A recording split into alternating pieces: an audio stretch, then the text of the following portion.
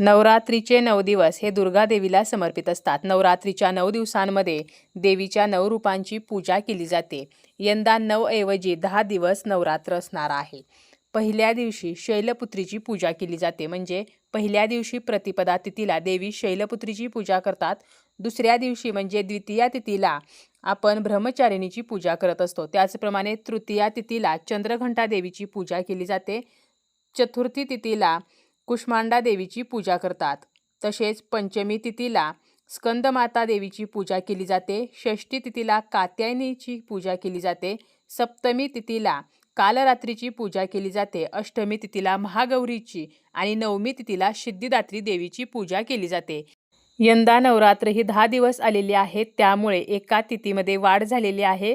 तर 2 दिवस आपल्याला एकाच देवीच्या रूपाची पूजा करायची आहे. इन डिटेल माहितीसाठी खाली दिलेल्या त्रिकोणी प्ले बटनवरती क्लिक करा.